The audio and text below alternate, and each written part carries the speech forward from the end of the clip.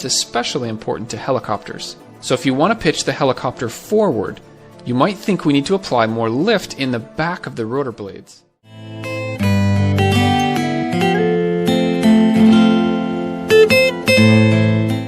The Pavehawk has two engines. These are General Electric T701C engines. They are referred to as turbo shaft engines. It brings in air through the front, heats it up, and then compresses it, which then turns the shaft down the middle. That's why it's called a turbo shaft engine. Now compare that to a turbojet engine on an airplane. It brings in air through the front, compresses it, heats it, and then instead of turning a shaft down the middle, it takes that hot air and shoots it out the back.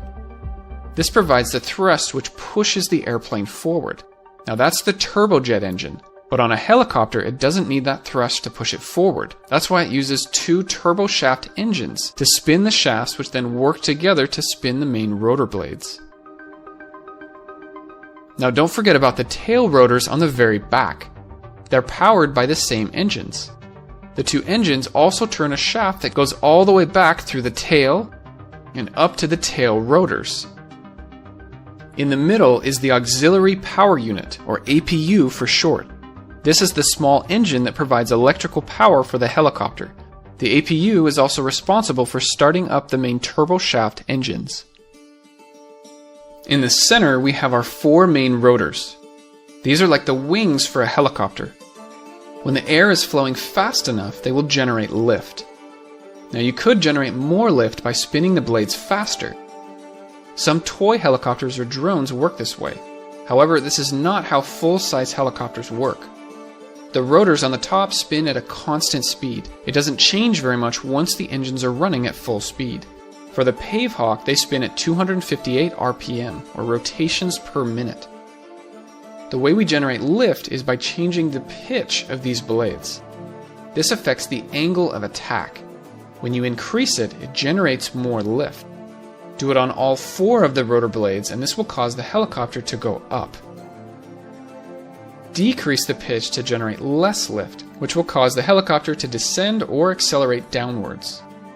The turboshaft engines are spinning these four massive pieces of metal one way. This causes the main body of the helicopter to want to spin the other way. If we did nothing to stop this, the helicopter would spin out of control.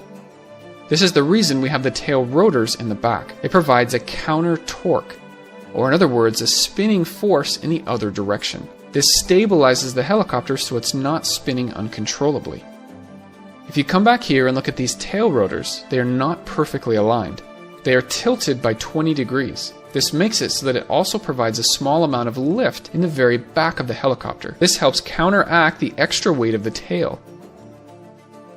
Another thing about the tail rotors is that each of the four blades can also change their pitch. This changes how much airflow there is.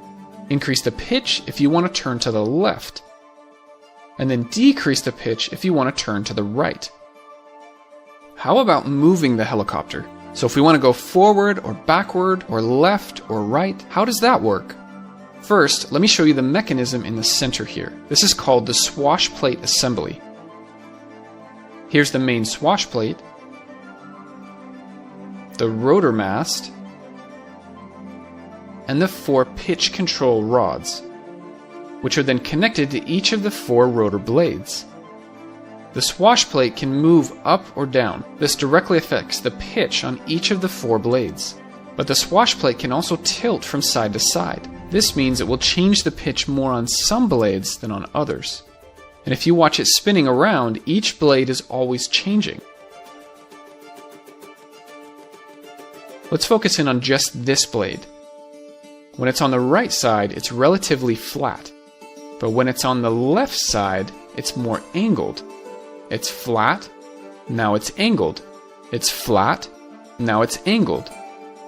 This means unequal lift on different sides of the helicopter. This is used to maneuver the helicopter in different directions. So in short, the swash plate mechanism is one of the main ways that you can control a helicopter. One of the hardest things to understand here is something called gyroscopic precession.